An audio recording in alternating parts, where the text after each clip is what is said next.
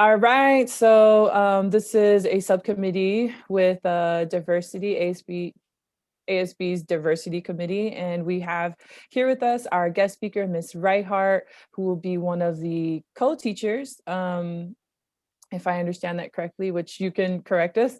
That'll No, be you've got this, Miss teaching, Noria. yeah, that'll Yeah, be you got this. teaching our our new African American History Studies class for term 2, which starts in about a week. And so this is Miss Reihart's time to maybe for you guys to ask questions about the class,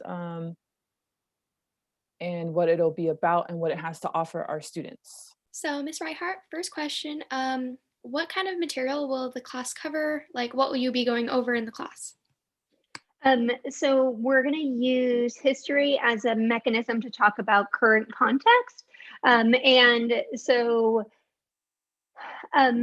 by history, I mean like African American history, right? So we start in Africa talking about how the rich history that is within the continent. And what is something that's really important for Mr. A and I is that like when we talk about how people became African Americans, like we're not, the idea is that you need to understand that like there were vast cultures and histories, like the Atlantic slave trade cut off entire histories and knowledge, and in order to understand these people we need to understand where it all starts, and like the history of the world starts in Africa. So in some ways this is also like a hey, like this is good for any class, and this is the route that will kind of tie us through as we move into, you know, the quote unquote like new world. And we'll have kind of themes as we go about it. So things around community, things around activism, things around culture, and like resistance, all of those will be embedded within kind of looking at historical case studies and applying them to current context. So, going off that, what's like the exact, like, or not exact, but what's like the time span that the class will cover? Ancient times to present. Like, I know that's not The dawn of entirely history. the Dawn of start of time. civilization to 2021, which like when you say that out loud, that seems like massive, but like in some ways that's the point, is that this where that like to understand African American history, that is American history. And so America, when does that start, right? Are you starting with like when America became the United States? Or are you starting with like when the first people came to America, and like this, which is encapsulated really well by the 1619 Project, and that talks about the like 20 enslaved Africans who came to like who were forced onto the colonies of Jamestown, right? So are you starting there? Well, or are you starting like why did all of these people come to, or were forced into coming to the colonies, right? And so in like it is interesting in the ways of like you start at one point and it means you have to pull back one layer and one layer and one layer. And so I can end up saying from ancient times to present, but like because you have to kind of have that context. There are certain things we're going to kind of emphasize more than others, especially with the rollout happening during distance learning. But it wouldn't like, yeah, that thread is definitely going to occur. Yeah, I was actually thinking like, you know, how we offer big history, and big history, they start with like the Big Bang Theory and then they work from Yeah. there. So it's this class, you're saying it'll just start with, is there like a starting point? Yeah, so like the first, I mean, after we kind of get on the same page with a language and why this class is necessary, like what I mean by that is like how has history been taught to us, and like why has it been taught to us in the way it has. Once we get all on the same page with all of that, then we start in the continent of Africa, and we talk about We talk about like West African tribes. We talk about Egypt. We talk about Egypt then is going to have a colony called Kush, and like all of these different peoples and the similarities and yet also the differences, right? Like all of these different tribes had like generalities, but they're the like languages in and of itself are vast. And so I think in like that's where we start.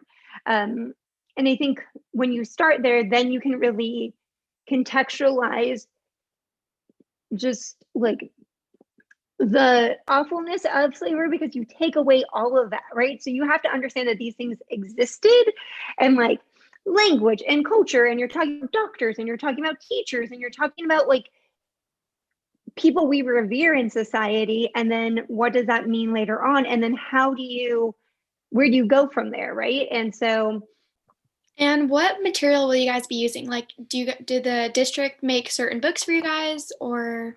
It's so funny. I am pulling up the textbook right here. So this is actually an AP textbook that all students will have the e-copy of. I'm trying to avoid the glare. I don't know if that's helpful. So due to the nature of distance learning, and like because it is a pilot and various other factors, like all students will have an e-copy. I just happen to purchase a physical copy. And then we're going to be looking at like both primary and secondary sources through historical moments. And I'm trying to also, one of our goals is to have Black voices be the heart of the curriculum, right? So I can see us looking at excerpts from Things Fall Apart, or excerpts from Homecoming, I meant Homegoing by Ya Yessi, which I just finished yesterday, and it's absolutely amazing. Or even excerpts on like How to Be an Anti-Racist by Dr. Ibram Kendi. Like those kinds of texts will also be the root of the course. And we're gonna go beyond, like it's not just text, right? We're gonna be looking at songs and looking at documentaries, including like the 13th, or kind of depending on pacing, I've got my eyes on a couple or more episodes of Roots. We've had to come together to realize people's technological availabilities before we like hone in on what is ideal for this moment in time. But it's going to run the range of like what you would see in a normal history course, but also like if we're talking about present, how has the African American experience been presented in films, in songs, in music videos, in all of these other cultural currencies as well. And so does this class contribute to like regular history credits, or is it considered an elective, or? Yeah, so it is considered an elective course. Right now, the pilot is specifically mostly made up of upperclassmen, so juniors and seniors. And one of the reasons for that is they already have a general foundation of what traditional U.S. and world history classes talk about. So when we talk about concepts like colonization, and when we talk about language like the antebellum period, what does that really mean, and whose story are we telling there? But also, it just so happens that juniors and seniors have more availability in their schedules than our sophomores and juniors. So it is an elective class, and the idea is that it can be taken in concurrently with U.S. history, so you kind of have those two working together, but it doesn't necessarily have to. I know Aishi asked a similar question, but what are like the main topics and or focuses of the class? So I've got my keep saying I because I'm speaking for myself, but like I'm not the only one contributing to the course. Mr. Arredondo and I are planning together. And I also need to credit Mr. Velez and Dr. Fisher, because it like the joy that they have when speaking about the course is very palpable. So they have also have like contributed to kind of where this can go. So there are plans for a variety of units, and it really comes down to like where where we as a class kind of want to go. An element of the course is going to be like student interest. So there will be like weekly Socratic seminars where students can share. Prior to that, we've got a mechanism so students can share kind of content that relates to the content being covered in class. And so that could easily take us down a rabbit hole to different topics. So Fridays are planned to be like a processing day to talk about kind of what was covered and how does that connect to current context. So I kind of have to plan for anything and everything because we don't, these conversations can take us in many directions. So we can have a conversation about like, if we're talking about coronavirus vaccines, let's talk about like the medical institutions and what has been the relationship between medical institutions and African Americans. And you can talk about the Tuskegee syphilis study. You study in air quotes here, and people like Henrietta Lacks to kind of get an understanding of where we are and why people react the way they do.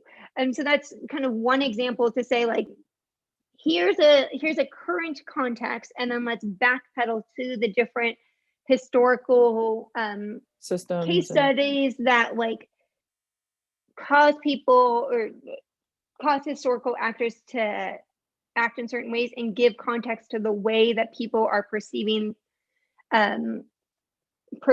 today's moment. So like, of course, we're going to be talking about the way like Black Lives Matter and and the like the organizational efforts there, and where do ideas of like what makes for good, like what is resistance and how should that look, and like all of that you have to peel back layers for. So you have to like learn, you have to look at the lessons of people who have been on the forefront of change before, whether that is like the civil rights era, whether that is the Black Power movement, whether that's even further back with like Marcus Garvey and the Back to Africa movement, or W.E.B. Du Bois and Booker T. Washington and their ideas of like Black empowerment. So I know my answer is a non-answer. It kind of just depends on where the conversations we find ourselves having. It will pull from different points in time in African American history. I guess I know you seem really passionate about this and stuff. So no, you really do, Ms. Riehart. Oh, thank you, Perna. What's your main goal with this class? Like, what do you want students to take away from what they learn in there and like all that stuff?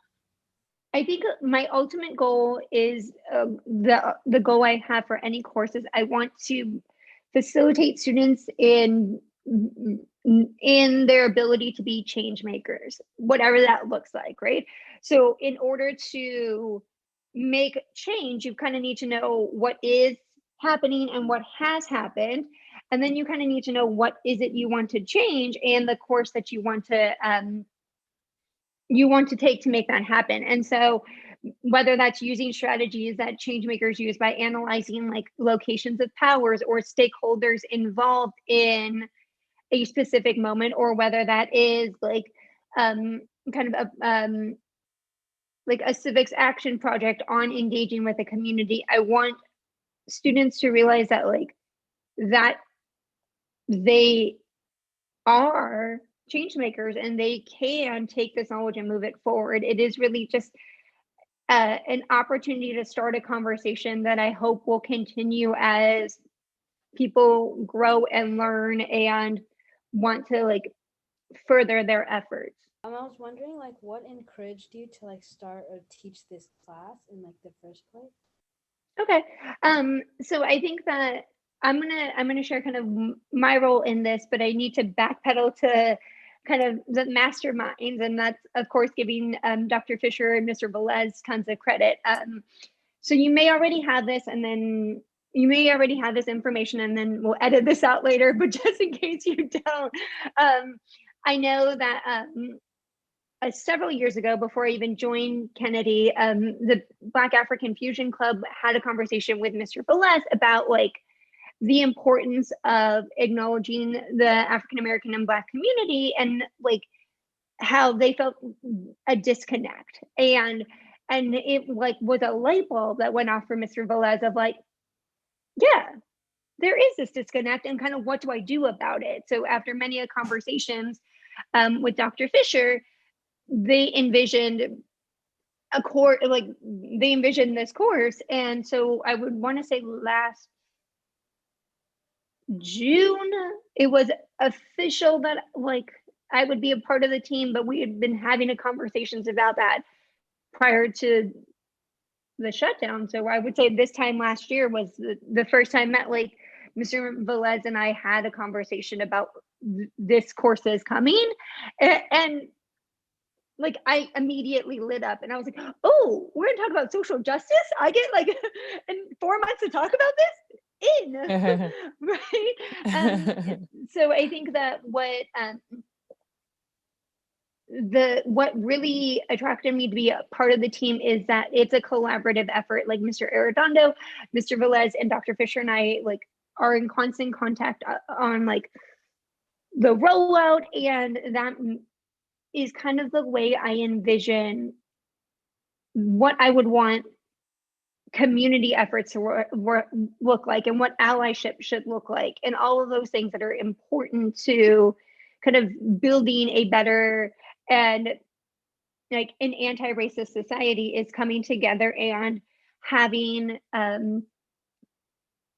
speaking the same language, right? Like understanding the historical context.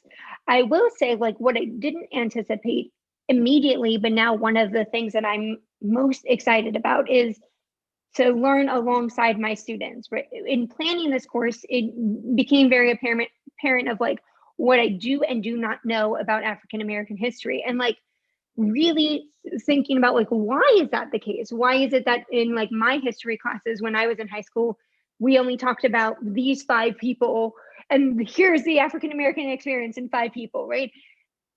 And that is not the case. And so one of my biggest excitements is to learn alongside the students, and that knowing that they might have knowledge that I don't.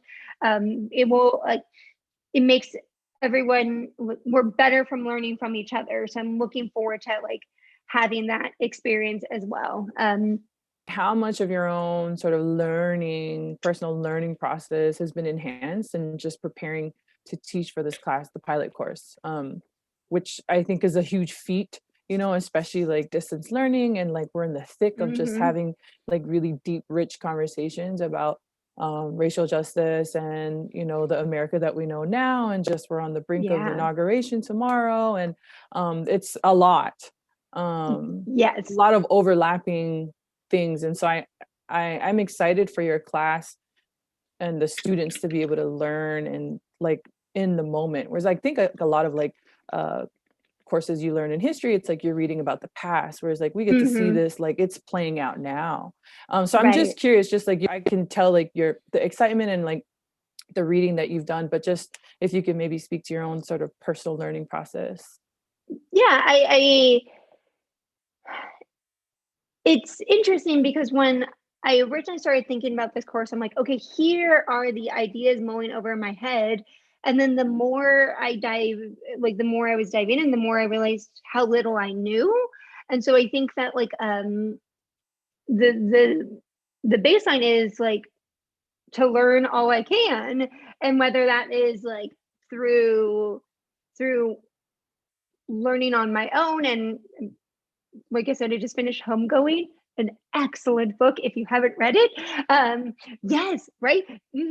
But also through my students, right? So I might read a text like Homegoing it is amazing, but I might have a student who has a very different experience, and like knowing both of those things, holding both of those as truth, kind of make me a better person. So it's hard to articulate like what I'm going to learn, because I don't know, but that's what excites me, right? That this can kind of go in multiple directions, and that like I know I will be a better person and educator for it. So I know that like that's going to be the ultimate outcome, and I'm excited for the journey.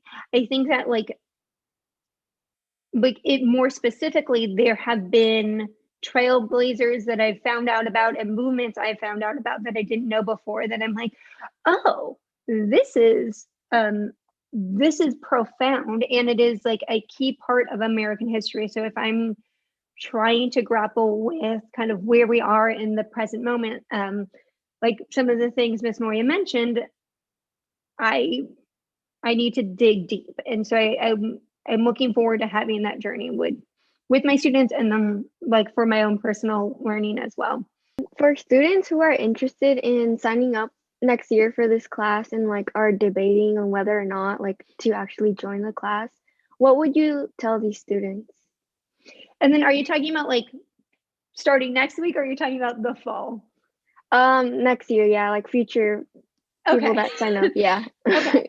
I think my initial thought is twofold. One, that students who are taking the class now, the admin team, Mr. Arredondo and I are working. In an ideal world, we see this as a year-long course. And so how to make that work is still kind of up in the air. But I think that like, if you are taking the course term 2, I want people to know that there's pathways to more learning later on. So to stay tuned for that information if you want to continue having these conversations. And I want to encourage those who haven't had an opportunity, like if you weren't able to take this as part of the pilot, that is also a consideration that as we plan next year is on our minds, of like, how do you welcome students in, and then how do you expand on students learning? And to be frank, we don't really have answers to that yet. I mean, I would love to know even what August looks like, and I think that we've kind of learned that we don't, answers will come. But I would be remiss if I didn't say that there are plans to expand the class and to have more students involved. And I think that like when you talk about other things going on at Kennedy, this aligns beautifully with some of the work that we're doing. So if you find, that you are participating and engaging with the racial justice forums, I would encourage you to look out for this, for the African American Studies class in the fall. If you're wanting to know more and like how to be an ally, I also want to like encourage you to take the course as well. Yeah, there you have it, Kennedy Titans. African American history class is new, but there are big plans for the future and for it to stay, which and again, this is, I think, we're the only school that is offering this class. So yep, the only school in the district offering this course. Yes, yeah, in the district that is offering this course. So another reason that makes us special. So thank you, Ms. Riehart, for your time. We're excited to hear about all the learning and all the stories that come out of this class, and also the AP book. Like, wow. Yeah. Right? Like, yeah. So yeah, really kind of like narrowed down to 4 months. And I'm like, oh, okay.